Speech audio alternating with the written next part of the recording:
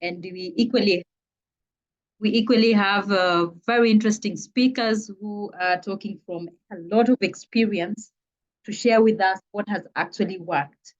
So we have Cynthia and Sarah. Cynthia is actually the Kenya Country Director of Jacaranda Health. She has been working in the maternal health space for quite a while, especially in scaling up quality delivery for more than 15 years. And this is combined both in public and private sector.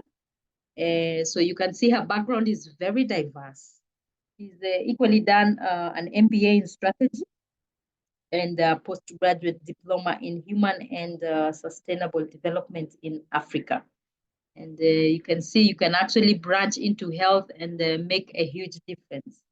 So Cynthia, we are very excited to hear from you. Our second presenter would be Sarah. Sarah is the head of quality assurance at Jacaranda Health. She has over 10 years experience in women's health. So we have quite a bit to learn from her. And her career actually started as a medical student in the USA. And then she branched into global women's health after visiting Uganda, which really gave her an interest in maternal health. And this is how she's here with us to share some of those experience. She has spread her wings across the globe, and now she's focusing on women's health. So she will be sharing with us this respectful maternal care. So we look forward to this. So Cynthia, I welcome you to start off the talk. Thank you very much. Thank you, Dr. Rosa, for inviting us. I will start by sharing our screen. Please let me know when you can see it.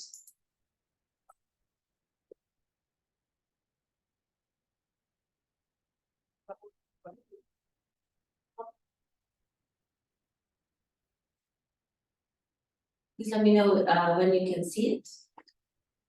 Yeah, we can see your screen. Great. So thank you very much for having us here today. I'm sitting here with Dr. Sarah. As it was mentioned, she's our head of quality assurance at Jacaranda Health. We are quite passionate and honored to be able to discuss respectful maternity care, as this really sits very closely to our hearts and our vision and mission. Just for today, we are looking at seeing, we'll walk you through the introduction of Jacaranda Health, led by myself, and then we will go into what respectful maternity care looks like from a global and a national level, and then really integrating how, you know, a data-driven approach can help us understand what is happening in RMC, and also what actions can be taken quite quickly and swiftly with a focus around this and reducing disrespectful care. So Jacaranda Health is a Kenyan-led nonprofit. Our mission and vision is really a world where all mothers experience pregnancy and childbirth safely and with respect, and all newborns get a safe start in life. As I had mentioned, for us, respectful maternity care is quite important. So, and it's, as you can see, it's in our mission and vision. We are doing this by partnering really with government facilities, with government, and ensuring that we're deploying also solutions that are affordable and that are actually scalable through through government hospitals.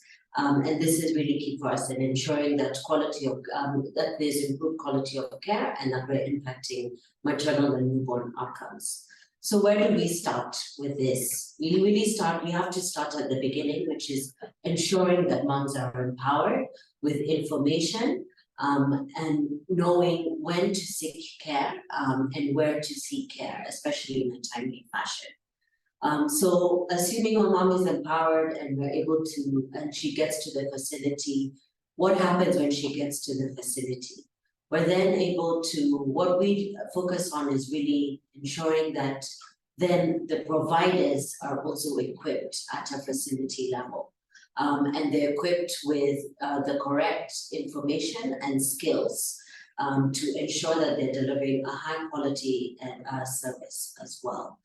Aside from just the moms and the providers, there's also our health system managers who are really also the backbone of the infrastructure, and ensuring that both the mom and the provider and the facility itself is really equipped with the right information for this, and ensuring the right finances are also there to ensure quality services provided, which will lead to better outcomes for both moms and babies. So how do we as Jacaranda do this specifically through our package of solutions? For moms, we are reaching moms through prompts, which is our AI-powered enabled SMS service, where we are providing information for moms during and after pregnancy and ensuring they're connected to care. And for nurses, we have our mentorship program, which is based on the national mentorship EMOG package to ensure that the right skills are being delivered and enhanced. And we have developed also a tool called Pulse, which really is empowering our health system managers with data in order to direct them to where the limited resources are, and then identifying the priority health system gaps, and then ensuring that resources are then allocated accordingly to them. And we've been doing this across Kenya for almost 10 years now. We've been able to reach around 3.5 million moms across the country as we're in 22 counties.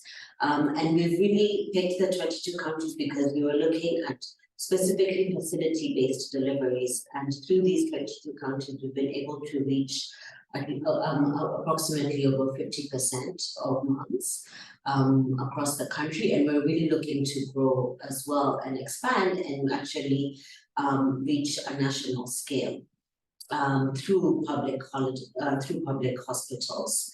And from this, as Jacaranda Health, I'd like to hand over to Dr. Sarah Little, who shall be walking us through what respectful maternity care is and what does it look like in from a national level.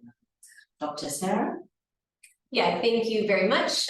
So yeah, again, like Cynthia mentioned, I am Sarah Little. I am an obstetrician gynecologist, originally trained in the States, but I transitioned to Kenya a while ago now and started working with Jacaranda Health over 6 years ago, and have been working with public hospitals through Jacaranda Health and otherwise since that time. And it's been such a huge pleasure, but also a wake-up call to see how medicine is practiced in Kenya, and definitely there have been massive amounts of learning since that time. So I really want to start out this conversation by talking about what respectful maternity care is. And I will say that historically it's been difficult to come to a consensus on what respectful maternity care really means. It's clear that when we look at international human rights standards, that disrespect and abuse during childbirth is a violation of women's basic human rights. But there are cultural differences in the way that women are treated within the healthcare system. And so that's why it's been a little bit difficult to come to a consensus.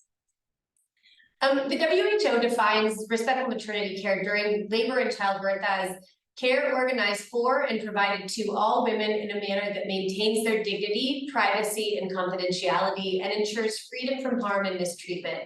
It enables informed choices and continuous support during labor and childbirth. And I really love this definition for several reasons. Number one, it really describes a comprehensive framework around what respectful maternity care is, and this can translate among lots of different cultures. But the second reason why I really love this is that it goes beyond just describing respectful maternity care as just the avoidance of certain behaviors. So a lot of people would describe disrespectful care as things just such as physical abuse, but instead This definition really encompasses kind of the promotion of positive behaviors like dignity, privacy, and confidentiality. So we know that respectful maternity care is a very nuanced and sensitive issue. And as much as the WHO definition does a good job of describing a framework around what respectful maternity care is, we also know that, and again, it's very highly nuanced and can't be fully defined. Sometimes disrespect and abuse during childbirth is overt, and sometimes it's not. You know, you guys are, many of you are frontline healthcare providers, and you have seen women who have experienced childbirth and kind of describe their experience as being disrespected, but they can't necessarily put a finger on why they felt disrespected. And so sometimes it can't be fully defined. So I've been asked to describe respectful maternity care as an expert, quote unquote, but really you guys are the experts. You're on the front line of the healthcare facilities, in public facilities every single day, and you see how respect or the lack of respect can change the entire experience of a woman that is giving birth. So despite the fact that objectively defining respectful maternity care can be a challenge, we can all agree that disrespect and abuse during childbirth is not just one thing. It's not just physical abuse. We understand that a woman who is being hit or slapped during labor, that's absolutely disrespect and abuse, but it encompasses so many other things. And they're listed here, I won't read through them all, but you know, we ask, and we'll talk a lot about this during this presentation, we ask women on a pretty continual basis what their experience during childcare was. And the stories that we've heard go way beyond just physical abuse. So non-consented care is a really big category. So lots and lots of women are still getting episiotomies across Kenya without consent. Lots of women are just treated with disrespect in terms of how the nurses are speaking to them.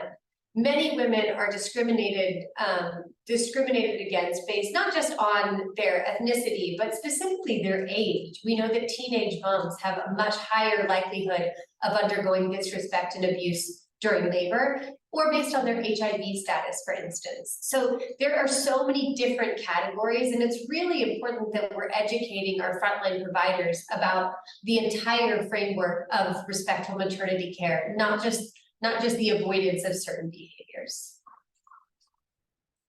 So through research, we do know that disrespect and abuse during childbirth has lots of implications on both short and long-term impacts related to maternal and newborn health care. We know that a pattern of disrespect and abuse has been shown to affect the proportion of women who trust in and who deliver in healthcare facilities with skilled birth attendants. And this has also been linked to poor health outcomes even when they do deliver in healthcare facilities. So I know that everybody on this call knows the Sustainable Development Goals, and Sustainable Development Goals 3.1 and 3.2 aim to reduce the global maternal mortality rate to less than 70 per 100,000 and the neonatal mortality to less than 12 per 1,000 live births. And as stakeholders, I think we really need to be able to link mortality and respect. So in order to achieve the SDGs, we have to be able to consider respectful pregnancy and delivery care services as part of the same continuum in order to reduce maternal mortality. So over the past decade, there's been a huge push to get women to deliver in healthcare facilities or with skilled birth attendants. Everyone on this call knows that there's been a massive shift within Kenya over the past decade, that women have started delivering more with skilled birth attendants. And while global skilled birth attendance rates have risen over the past 2 decades, maternal and newborn mortality rates have not decreased proportionally, which points to quality care gaps within facilities. And in fact, it's estimated that 55% of maternal deaths in Kenya are caused by gaps in the quality of care. And for that reason, maternal health efforts worldwide are shifting from an emphasis not just on boosting service utilization with skilled birth attendants and in healthcare facilities, but really trying to improve the quality of care that they receive once they're in those facilities.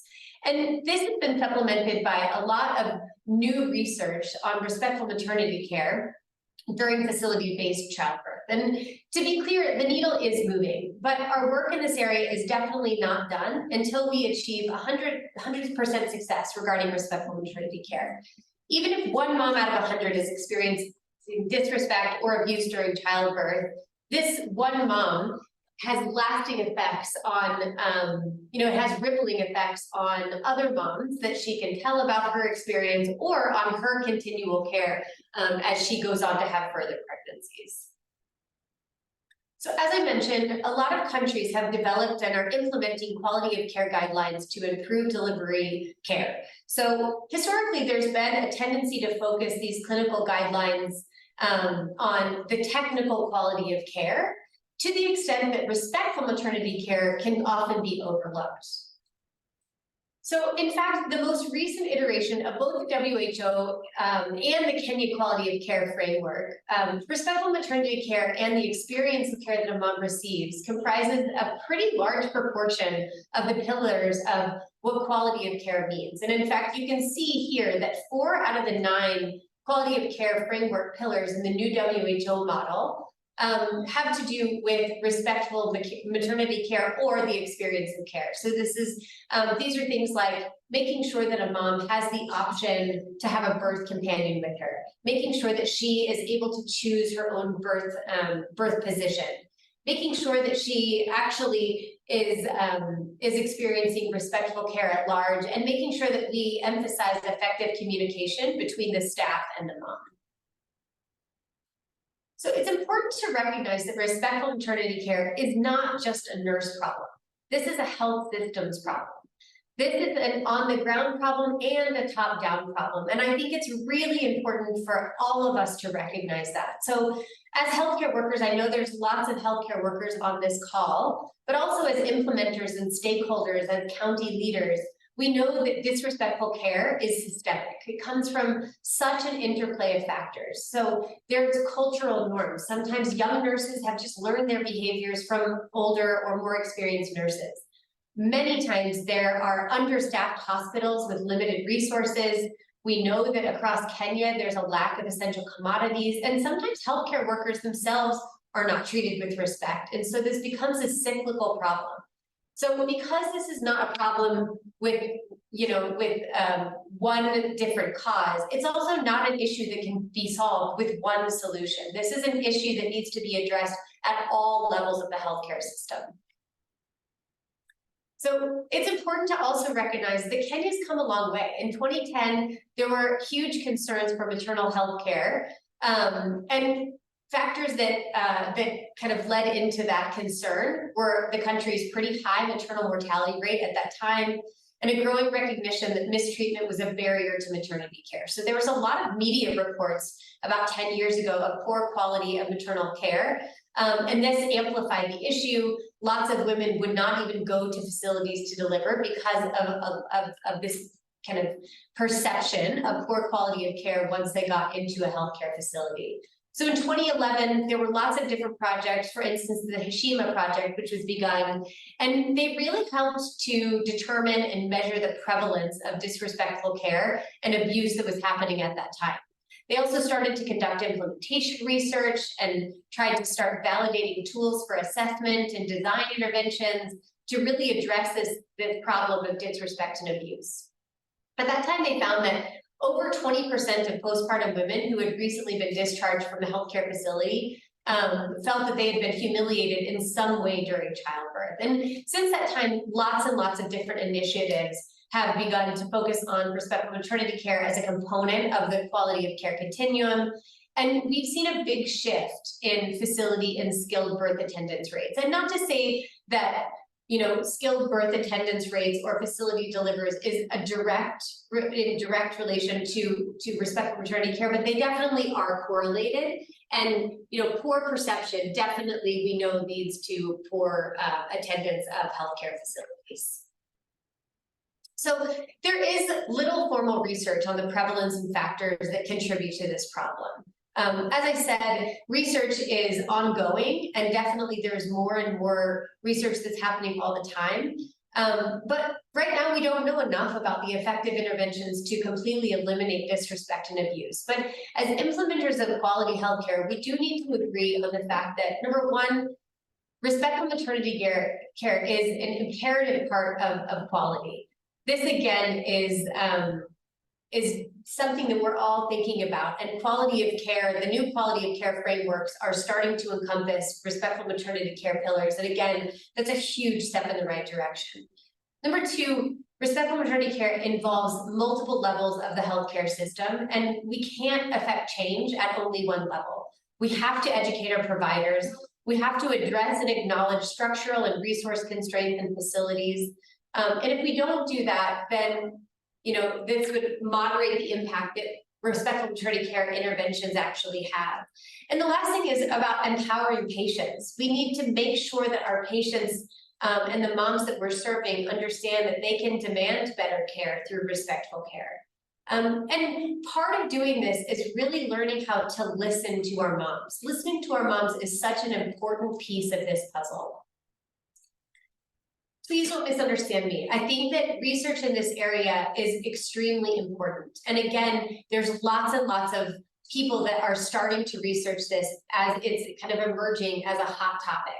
But I would challenge us not to wait for implementation research and validated tools, which can take months, sometimes even years, to start making changes. So finding avenues to listen to our moms here and now is one of the fastest and easiest things that we can do to affect change now in real time. Client experience of care, we know, is a vital and really underutilized benchmark for quality. But as I previously mentioned, it's now an integral part of the Kenya Quality of Care Framework and the WHO framework for quality care. That said, in Kenya, very few formal channels exist for women to have a say on the quality of care that they've received in facilities. And specifically related to respectful maternity care, very few validated tools exist to increase accountability for both facility and county stakeholders to prevent disrespect and abuse.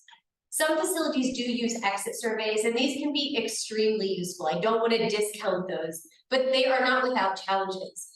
Oftentimes, these exit interviews are not anonymous, and so moms are not forthcoming with the information that they want to share. Sometimes they don't happen for all women. It's just a selection of women. Oftentimes they're costly. Sometimes they're printed, and if you run out of printing paper or that kind of thing, they, again, don't get disseminated to all moms in a facility. And then oftentimes women just simply don't have the chance to reflect on their experience during childbirth until they're home and settled. So we really need to figure out some avenues for clients to be able to share their experience when it's time or when they're ready to share their experience. So at Jacaranda Health, we want to amplify the voice of the moms that we serve. We want to help the counties and the facilities that we work with to make data-driven decisions. And one key component of the data that we collect is their experience of care. We are committed to disseminating this data to county and facility personnel so that they can make necessary changes that can really impact the quality and respect that a mom receives. Before I pass this presentation back to my colleague, I'd like to just share a video that describes one of our key interventions at Jacaranda Health called PROMPS. PROMPS stands for Promoting Mothers in Pregnancy Through SMS. And through this program, we send targeted health-related messages to our moms. And importantly for this conversation, we specifically collect feedback, real-time feedback from moms about their experience of care. We can then collate the responses from moms all across the counties that we partner with, and we can share this feedback with healthcare facilities and government partners to be able to act upon this data in real time.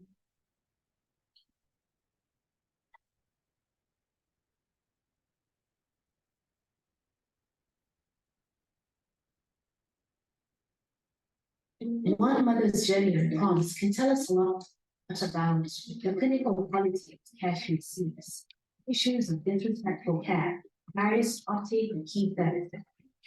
But to millions of women's journeys can inform systems-level improvements towards better outcomes for moms and babies. We combine these millions of data points from mothers with data from frontline nurses and facilities into real-time dashboards, eco-design with our government partners. This gives them finger on the pulse information on the barriers mothers face to receiving timely, quality care in their health systems. From stockouts of the essential commodities that support mothers and babies in facilities, to specific skill gaps among frontline government nurses and midwives, or areas where a mother's referral journey might be compromised. At our current scale, these dashboards generate visibility on county and national level trends, outliers in maternal and newborn care, helping our government partners direct limited resources towards where they're most needed, towards our central goal of ensuring all mothers experience childbirth safely and with dignity, and all newborns get a safe start in life.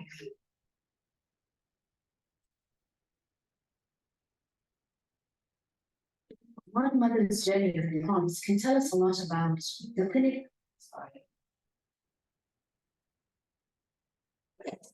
Thanks, Dr. Sarah, for that background. So as we mentioned for prompts, prompts is our SMS service that is really focused around moms. And we, as Dr. Sarah mentioned, we're not just focusing on providing information, but we're also creating an avenue for moms to be able to share their experience and what it was like having access to care.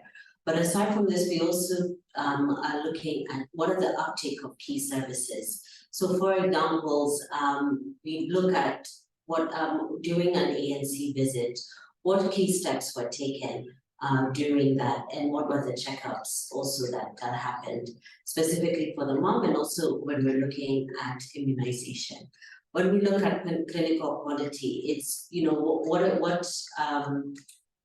what were the services that were received by the mom, as well as when the mom goes to deliver her respectful care. Was she asked to give feedback? Was she treated with respect? Was there refusal of services, and was there any abuse? And we're able to collate this feedback, and so far we've been able to get feedback from 1.3 million mothers on our platform. In order for us to do this, then as it was mentioned before, this exit interviews can disrupt service delivery and can also be costly. So we always approach our solutions by looking at them being able to be cost effective and be scalable. Right now, our questions that go out are approximately, and our flows that collect this data from moms are approximately costing about 3 shillings, at least for the messages and also for the responses, because prompts is also free for moms. And we're able to gather this information as well as feed it back. We ensure that this is also anonymized as we share it back to our specific partners. And we're also making sure that the information that's being collected is actually real time. What we mean by real time is when a mom actually goes and attends her ANC visit or her PNC visit, we will collect the feedback within days of the visit and then be able to feed it back to the facility in real time from what is happening, instead of having a time lapse between a mom attending her visit or having her delivery and having it months later, the feedback being provided months later. And this enables us to really be able to then provide timely feedback and timely actions being taken as well. Just some of the information that we're able to dig into is really looking at what are the specific challenges. So as you can see here, there's quite a few things that we look at when we're looking at this. And as you see from this chart, we're able to see that some of the key areas are really around long waiting times, refusal of care, discrimination, as well as non-consensual care. But we're able to really drill down on this. And when we look at the second example that looks at privacy, there were no curtains. This mom is saying there were no curtains and she was just being examined right there as other people were watching. And going back to the definition of respectful maternity care, privacy is one of them. And these are really the things that we're able to, the responses that we gather. It's not just a mom saying there was lack of privacy, but also being able to give examples and then link them back to what the specific challenges are, and really empowering the health system providers to use this. And that really looks at, you know, us understanding why disrespectful care is actually taking place, and really seeing it around the whole healthcare system. And we'll be looking, you know, we're seeing what are the specific issues that moms are facing down to the granular level, seeing how does this also impact the providers as well. Is it due to lack of shortages or even turnover? And then what are the gaps? What are the hindrances? Or really between the service delivery and what is happening as moms are visiting the facilities to receive these services. And as we also share this information with our nurses through our real-time dashboards. And we're using this to really give our healthcare providers a pulse on what is happening. And this is at a level where we share it with the facility in charges, facility managers, actually people within the county health management teams, directors, and also senior staff, as well as national members in Ministry of Health. And this really empowers them to know what is happening instantly. And this is a tool that has been built in conjunction with them, where we can actually see they contributed to this traffic light coding system, which helps us identify and address the red flags within quality and respectful care that's being delivered within different facilities, and we're also able to break down within the different sub-counties or even within different locations. And we can tell from these heated maps, are there any specific hotspots that are taking place? Is it a specific sub-county or a specific location or ward where we're seeing a specific trend happening? And therefore, really this empowers the decision makers and the health system managers to know where to apply both financial and human resources within that area. So I'm going to also share with us now what are some of the cases that we've seen across the country and how this has and what has been done and in a real-time process to understand what the voice of the mom being amplified can do within these scenarios and through prompts. So first we'll start in Makueni. This we got feedback from a nurse in charge who was routinely looking at the reports that we send around respectful maternity care. And what she noticed mainly was that the biggest challenges that were being experienced around this were long waiting times. Which were leading to moms not attending their ANC or PNC visits. And this was also due to specifically a low number of staff, a low number of nurses within the shifts. Therefore, she took action and very quickly, in the short term, was able to see when there was high traffic. She was able to bring nurses from different areas of the facility to come and support on very busy days. She also then took this data and lobbied within the county health management team to have additional staff actually hired within the facility. And she was able to do this using the data that was also being provided. And this actually led to her seeing along a period of time, I think it was 6 months, how this report that she was able to see the report saying that the waiting time had reduced, and she was actually able to see more moms attending the ANC and PNC visits.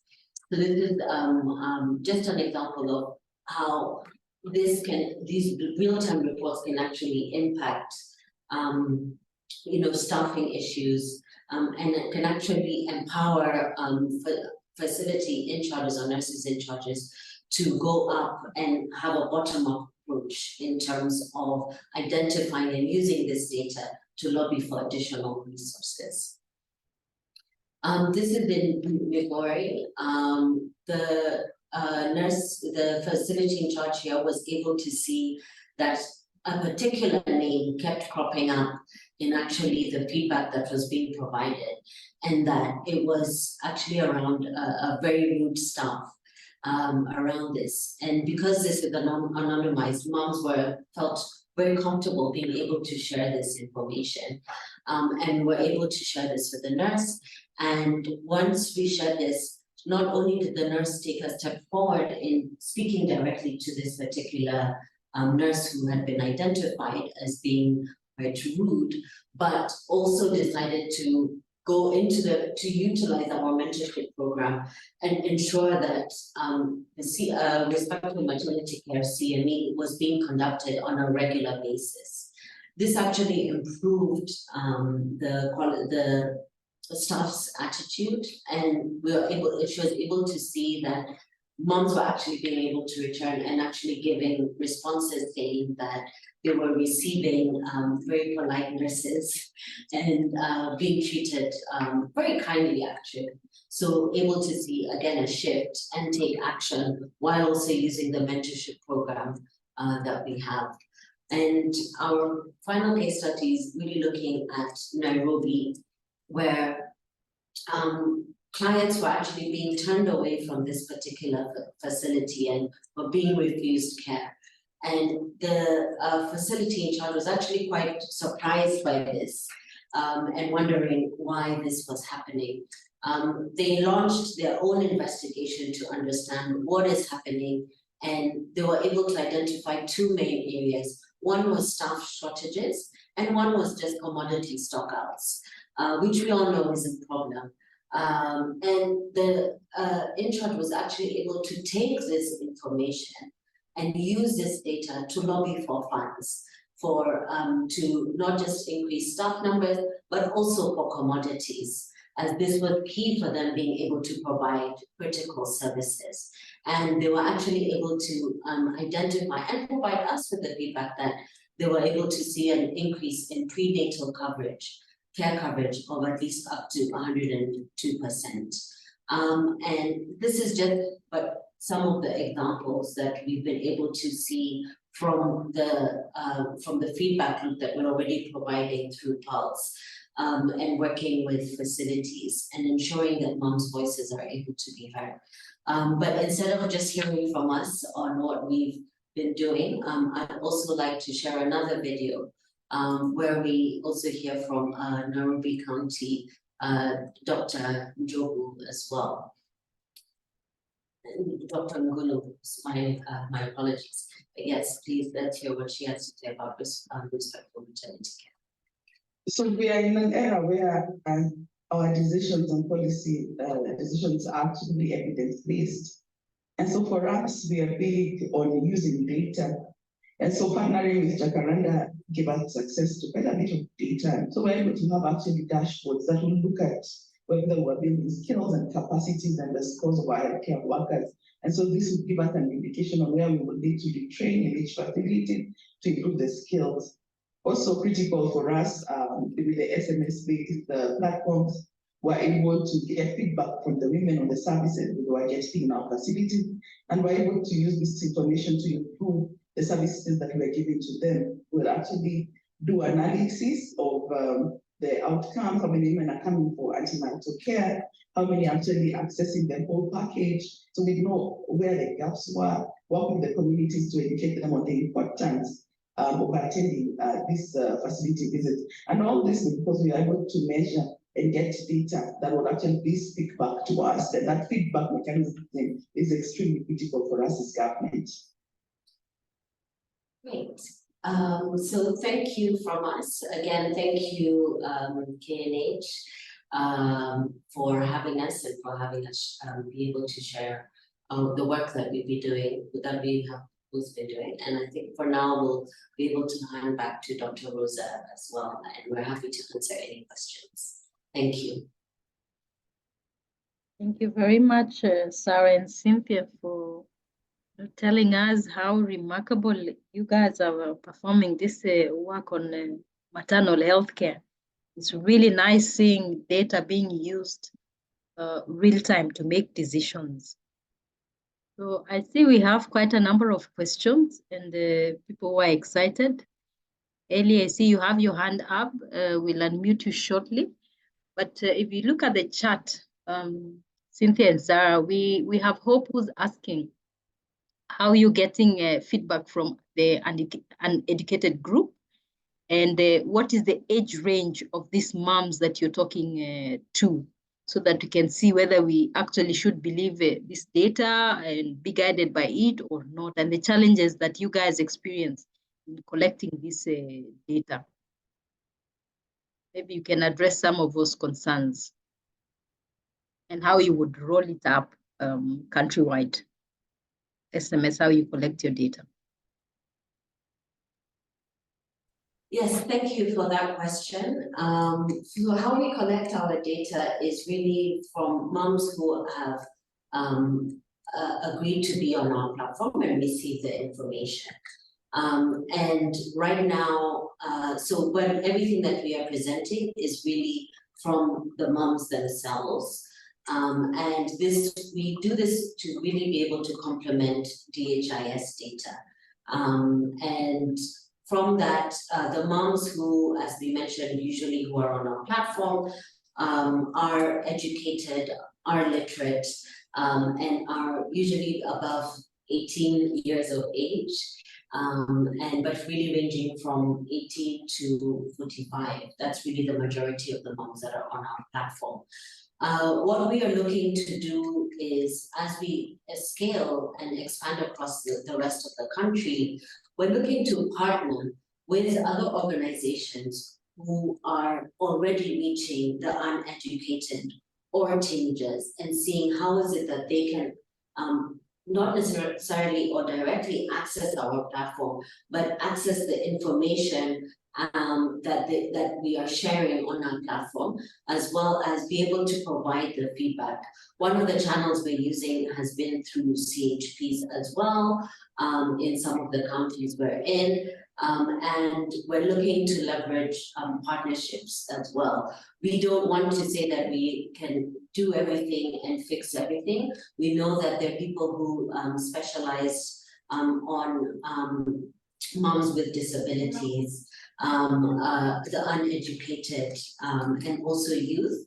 So we'd be looking at seeing how is it that we can partner and how do we complement what we have already built existing with the needs that are required out there as well. And this is what we will also look at from when we talk about national scale and how we can capture majority of the moms to have access to this.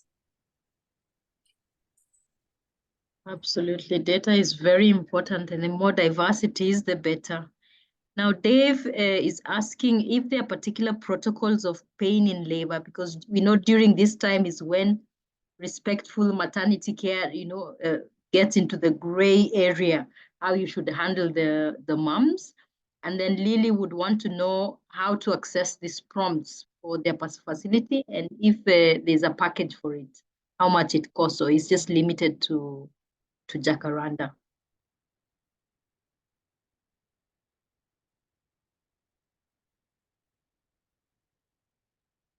I'll start by answering how a facility can get prompts. Prompts is available to countrywide to facilities. As we mentioned, we work mainly with government facilities, but we're also looking to partner with private facilities. This is really for all facilities, and it's a good package for facilities to have so that we make sure we're reaching all moms.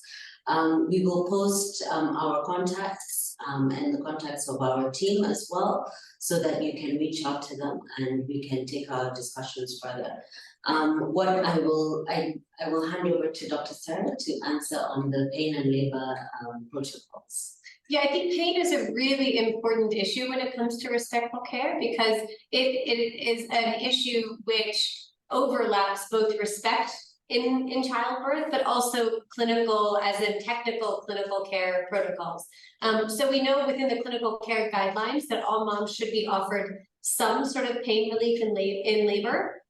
Different facilities have different protocols in terms of what they have available from a medication perspective. But again, labor and birthing physicians play into this quite a bit. And we know that this is part of the clinical protocols.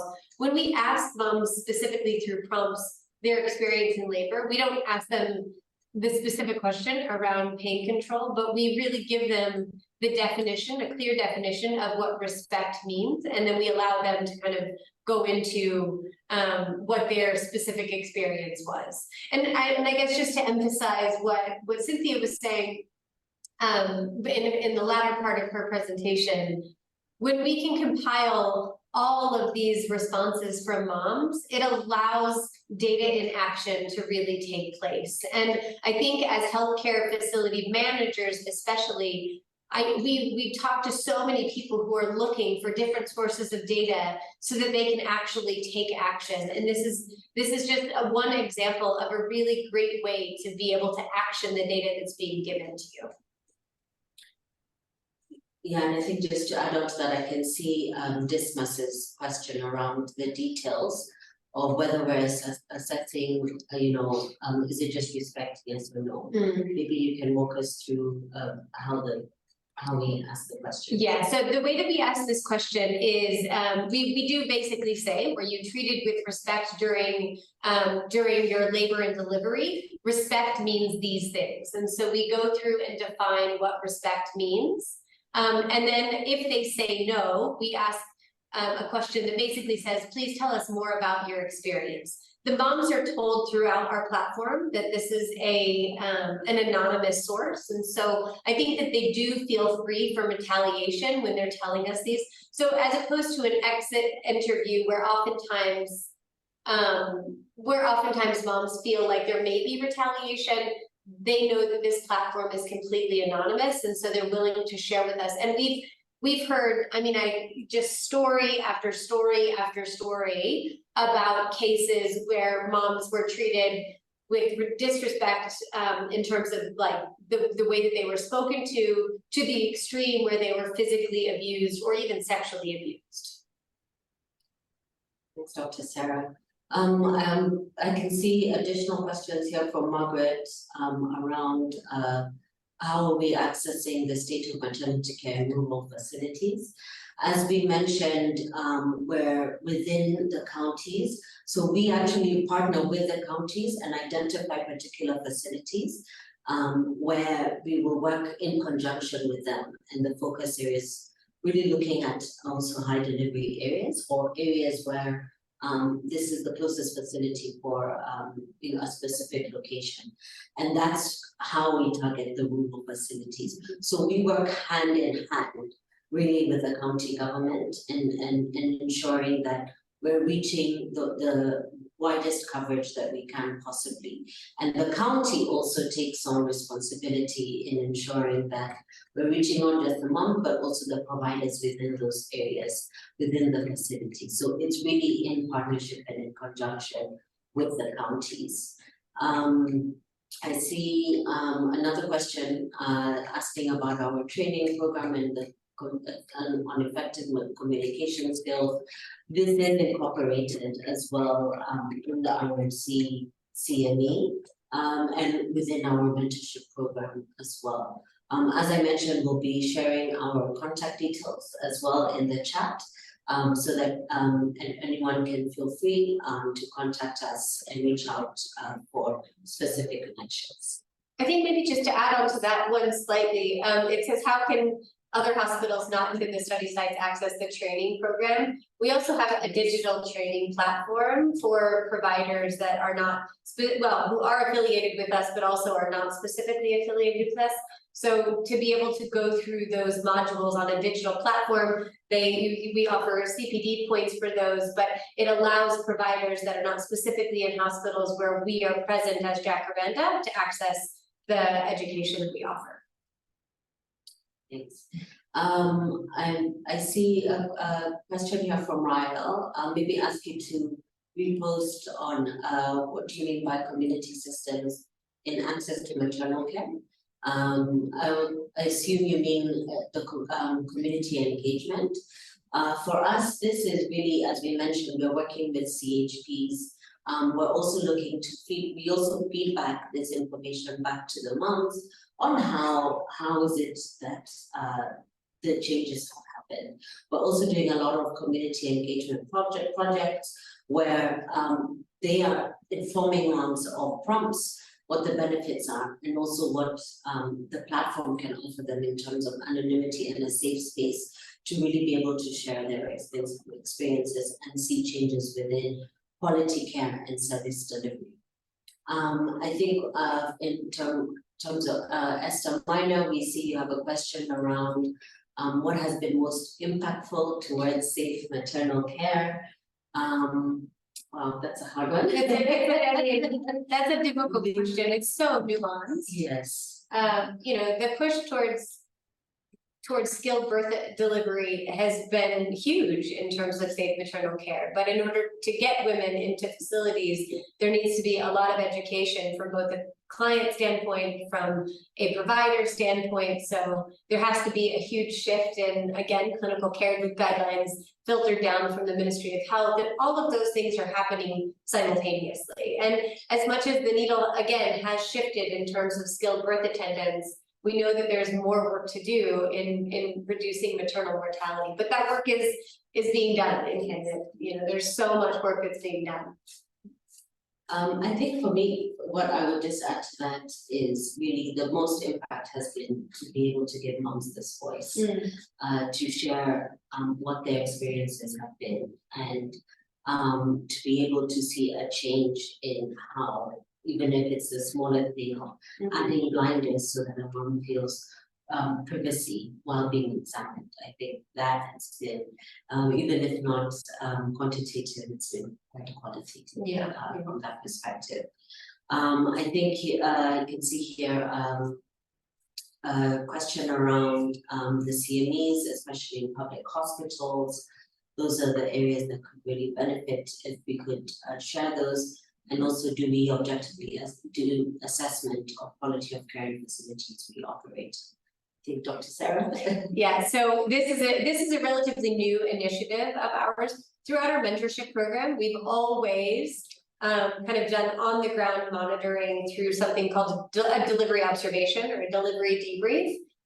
We recognize that there are some flaws in that, and so we're really changing the way that we're doing delivery debriefs or delivery observations starting this year, and really trying to align quality indicators with international standards like the Tripathi Care Index and things like that, so that when we do delivery observations, we can make 100% sure that the providers that we're working with are ticking the boxes of all quality standards that should take place in any normal labor and delivery. So although this is kind of new, watch this space, because I think that it absolutely will be something that we're doing moving forward. And the real benefit of that is being able, again, to use the data that we get from these delivery observations to go back to facility managers and say, here are quality care gaps, not for the sake of, you know, punitive or disruptive behavior amongst the staff, but really in order to impact where we're doing the training, and so that they can impact where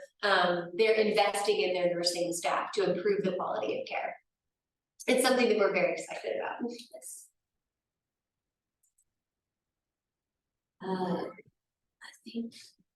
I think Benjamin has a question. Sorry, please go ahead, Dr. Marisa. Yeah, Benjamin asks a question on objective assessment of the quality of care in the facilities that you are in. How Oh, do you that's go what I about was gonna commentate on, yeah. okay. Ellie, I've unmuted you. You want to ask your question? Your hand has been up. Ellie Odhiambo.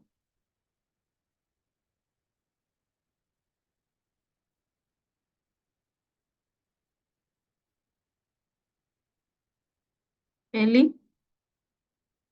Okay, as Ellie is coming on, maybe I can ask my question. In the some of the data that you were presenting, there are some facilities, some sub-county facilities that had 0% of respectful maternity health care. I was wondering, do you flag this to those counties for them? Because if it's 0%, I feel like these are facilities that should actually be closed. And how do you select where to actually go? This facility, I see in the Kenyan map where you put it, it's mostly around the southern area, extending all the way from the western part of the country to the coastal area. Is there a particular reason that Jacaranda is in these areas?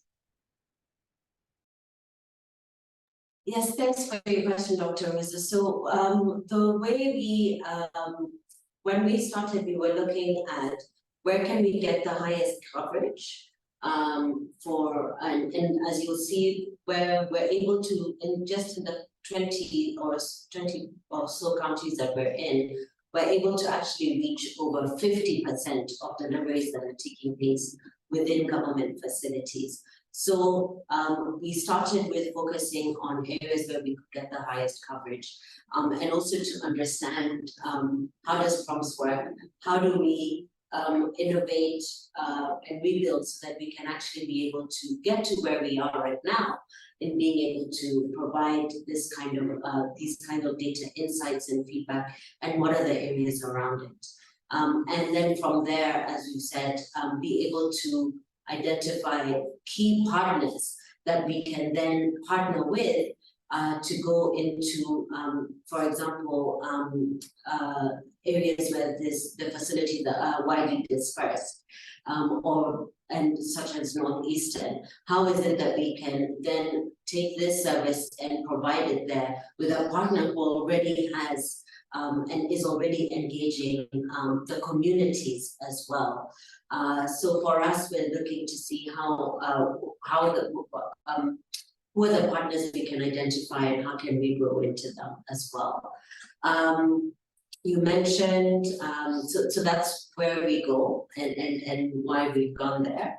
I've skipped over the second part of your question. Sorry, please remind me. I think when we find cases where there's 0% respectful maternity care, and to be honest, that's quite rare to have 0%. In fact, we see pretty high rates of respectful maternity care, but it is important to recognize that the surveys that we send to moms, not every single mom is responding to these surveys. So the proportion of moms who respond to these surveys, oftentimes it's the outstanding cases. It's when they have a very good experience or a very bad experience, right? So we are always feeding back. So the partners, the partner facilities that we work with, we send, again, like dashboards and reports on all of the quality care indicators that we're collecting feedback from moms.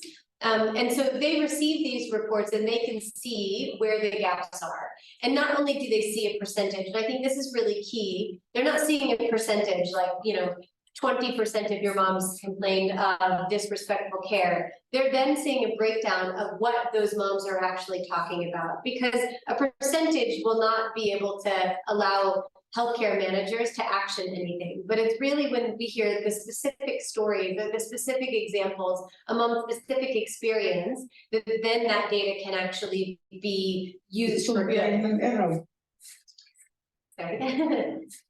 Yes. Thank you very much for that. Now, my other question would be, now that we don't have any more Q&As, as we are waiting for more to come in, there are like two sides of a coin. When you talk about a patient's right to respectful healthcare, then it becomes a duty for the healthcare workers to provide this care. Sometimes you've seen even in our media where relatives and patients are quite abusive to healthcare workers, and they're not able to provide that respectful care. do you, as Jacaranda, look at the healthcare, respectful healthcare, from the lens of a healthcare worker, not only from the receivers of these services, but from the health? I think that's such a good question. And again, I would just reemphasize that respectful maternity care is so nuanced. And, you know, I think you're absolutely right that when a healthcare worker feels disrespected, either by a patient or a family member or by her other staff members or from the management, it can often be this cyclical process of disrespect, kind of breathe disrespect, breathe more disrespect. And so it can become systemic. And I think it's such a good question. So far, we haven't asked healthcare workers when they felt disrespected. We do a lot of surveying with our healthcare providers right now. So a lot of that is based on education around EMONG principles and around skills and things like that. But I think it's a fantastic idea to start asking our healthcare workers when they feel disrespected and how that actually impacts the care that they can give, to their clients and to the women that they're serving. I think it's a great idea. Absolutely, especially in the background of shortage of staff and the equipment, like the way you've put in your data, it might be contributing to that. What about in abandonment of care? For example, these very stubborn patients like teenagers, when they're laboring, they're quite stubborn, they would refuse the examination, and you end up with a poor care, and that interaction between the provider and the healthcare and the patient becomes very strained. How does that pan out in terms of respectful maternity care? Yeah, I think that, again, a very good question. I think it's, like I was saying in the beginning of my presentation, it is impossible to completely objectively define respectful maternity care because of exactly issues like that. A mom may say, I was abandoned during labor, but she was maybe combative or resistant to care the entire time during her labor process. So she may report respectful care, but then when you question the healthcare worker, it was, inevitable that she was always going to feel disrespected in some way. So respectful maternity care is such a subjective issue, and it's the reason why we have to continue to have this conversation. We have to have the conversation with healthcare workers for sure, with managers for sure, and with clients for sure. The idea of going into the birthing process as a mom, you fully expect to have a positive birth experience. And so it's kind of a communication and a conversation you need to have up front. What does a positive birth experience look like from both a provider and a patient standpoint? And I think just to add to what Dr. Sarah has said, and even just from the case studies that we were able to share, there was an element which is critical, which is an investigation into what is the data saying. So it's not just about using our data, which is what the mom has said, or using one source of data. We have to combine all the data that is being shared and see what is the overall story that is happening. Because, just like the Nairobi example, women were being turned away for services. If you had asked the in charge, she would have said there's no reason for that. But only through further digging was she able to find there's a commodity issue, therefore women were being turned away. And so even things that may not be, that you may know, you may not be relating to, that element of investigation and understanding the full system, I think is very critical to knowing what the real issues are and being able to deal with them and tackle them in the most appropriate way as well. Yeah, I think that's exactly right. So, any one piece of data is just a very small part of a very big story. And what we're able to do when we provide, the mom's actual feedback, as opposed to just, black or white, yes or no answers, is we can kind of help the healthcare providers and the managers to understand the why behind the what, so it's to understand if they're not getting really high scores on respectful maternity care, why is that? What is the mom experiencing? What is she perceiving as disrespectful care? And it's only when you understand the why can you then affect change. So it looks like this respectful maternity care is cultural, cultural and context defined, because it varies from culture to culture. Yes. Okay. Really nice. I think Thank we you. have more questions coming up. Oh, Maybe you open the questions. You said Lillian and Benjamin have some questions. how can facilities be supported to ensure continuous care of patients? And lack of adequate resources will contribute to poor quality of maternal care. So yeah, that's, Lillian, that is extremely true. There's always a lack of, we are in a resource-strapped environment, and sometimes we can use this data, and this is why we really look at, we don't just share the data with the management teams, but we also share it with the teams who are on ground, and they're able to use it to lobby for resources. And that can be, and because everyone is seeing the same data, they're then able to actually action towards it. It's not, you're not sitting in a meeting and saying, this is why.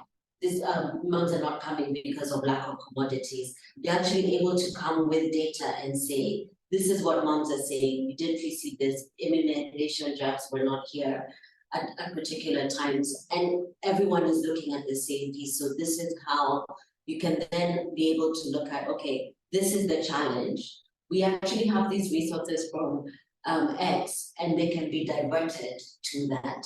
I think what's also important to note is sometimes also the resources don't always have to come from above.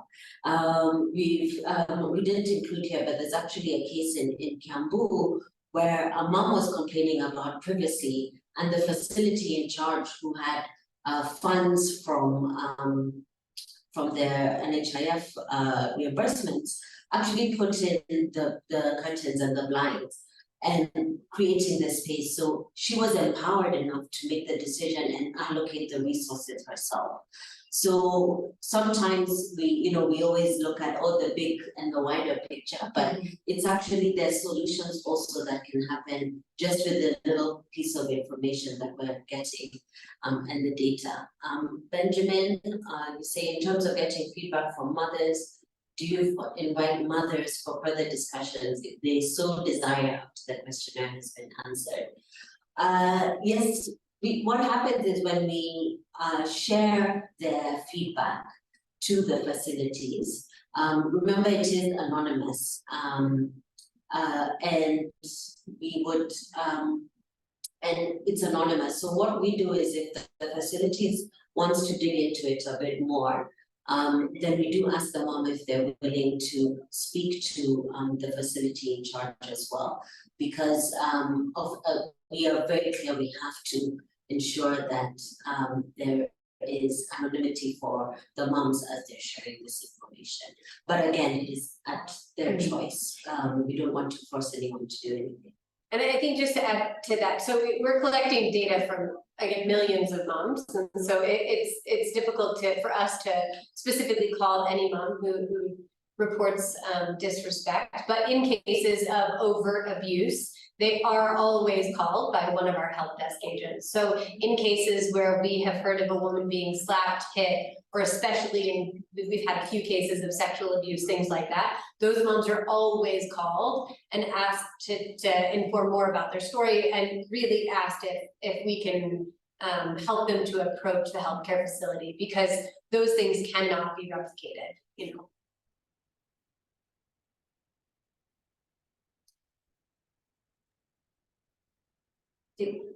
Rose, should we hand over to you? Yeah. Dr. Rosa? Yes. I think this has been very, very informative. I see the participants have actually really enjoyed.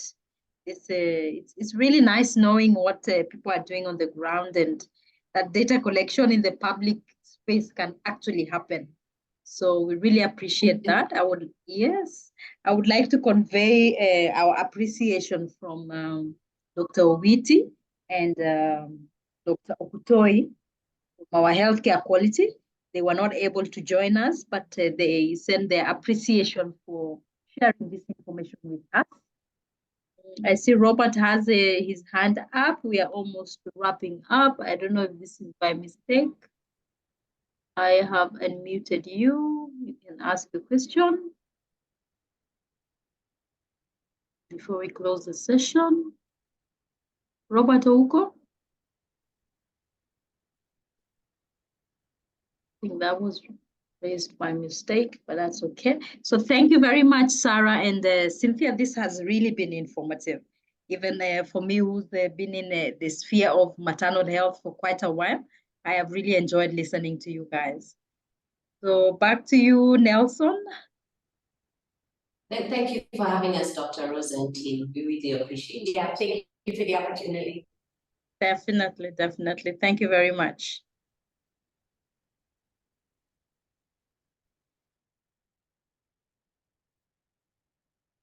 Yeah, our participants are very happy. So I think we will call it an afternoon, and thank you very much. We wish you all the best.